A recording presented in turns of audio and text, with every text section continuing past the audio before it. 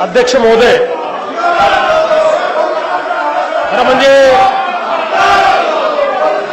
या विषयावर या सभागृहामध्ये चर्चा होऊ शकत.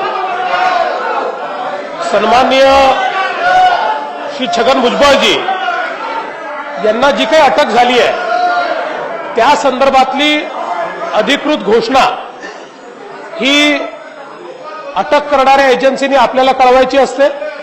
आपण या सभागृहाला माहिती द्यायची असते की आपण या सभागृहाला माहिती दिली आहे. आणि या संपूर्ण अटक प्रकरणामध्ये एन्फोर्समेंट डायरेक्टरेट जी पूर्णपणे अध्यक्ष महोदय एक स्वायत्त अशा प्रकारची संस्था आहे, या एन्फोर्समेंट डायरेक्टरेटनी गेले काही महिने सातत्याने मनी लॉन्ड्रिंगच्या संदर्भातला तपास केला. आणि या तपास केल्यानंतर त्यांना त्या तपासामध्ये जे काही आढळलं त्यानुसार त्यांनी यापूर्वी माजी खासदार असलेले समीर भुजबळ यांना अटक केली.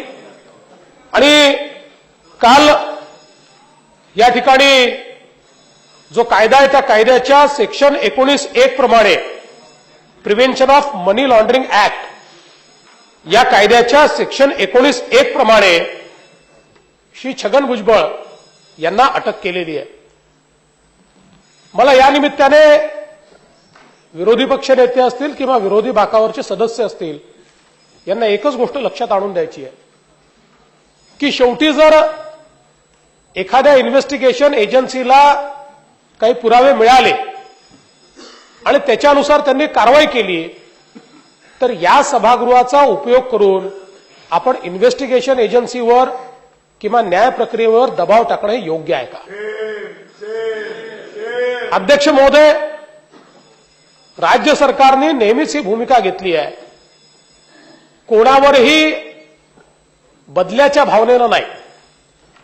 पण जर या राज्यामध्ये भ्रष्टाचार झाला असेल, या राज्यामध्ये मनी लॉन्ड्रिंग झालं असेल तर एन्फोर्समेंट एजन्सीजनी मूग गिळून चूप बसायचं का?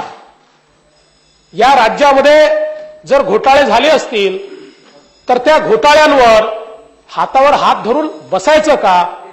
अशा प्रकारची जर अपेक्षा सन्माननीय विरोधी पक्षनेत्यांची किंवा जयंतराव पाटील साहेबांची असेल तर मी त्यांना विनम्रपणे सांगतो की कायदेशीर जी कारवाई आहे ती आम्ही करणारच आहोत. आम्ही कुठल्याही परिस्थितीमध्ये घोटाळे या ठिकाणी दाबण्याकरता मदत करू शकत नाही. घोटाळे झाले असतील तर त्याच्यावर कारवाई होईल. त्याला तुम्ही जर राजकीय म्हटलं तरी देखील राज्यातल्या जनतेला हे समजतं काय राजकीय आहे आणि काय राजकीय नाही आहे. आणि म्हणून मला असं वाटतं की आज या सभागृहाचा एक दुर्दैवी दिवस आहे की अशा प्रकारच्या प्रकरणामध्ये राज्यासमोर प्रश्नांची कमतरता नाही आहे.